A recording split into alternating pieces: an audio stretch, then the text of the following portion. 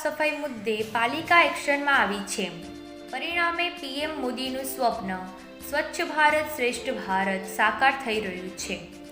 ધાનેરામાં પાલિકાએ આજે મામા બાપજીના મંદિરે સાફ સફાઈ માટે 4 ટીમો કામે લગાવીને મંદિર પરિસરની સાફ સફાઈ કરાવી હતી।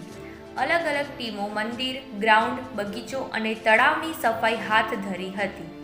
મામા બાપજીનું મંદિર પ્રત્યે ધાનેરાના લોકોની આસ્થા જોડાયેલ છે, જેને લઈ પાલિકાએ સુરેશ ત્રિવેદીની દેખરેખ હેઠળ સફાઈ ઝુંબેશ હાથ ધરી હતી।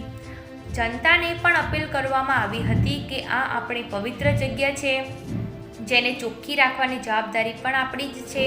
માટે આવો આપણે સૌ સાથે મળીને સ્વચ્છ ધાનેરા બનાવીએ। સીઓ સાહેબની સૂચનાથી અમારી નગરપાલિકાની 4 ટીમો મામા બાપજીના મંદિરના તળાવની કોરેમોરે તેમજ બગીચાની સફાઈ કરવા માટે આજ લગાડેલી છે અને સ્વચ્છ ભારતની જે પ્રધાનમંત્રીનું સપનું હતું એ સાકાર કરવા માટે મહેનત કરીએ છીએ, પણ પ્રજાનો સાથ અને સહકાર જોઈએ।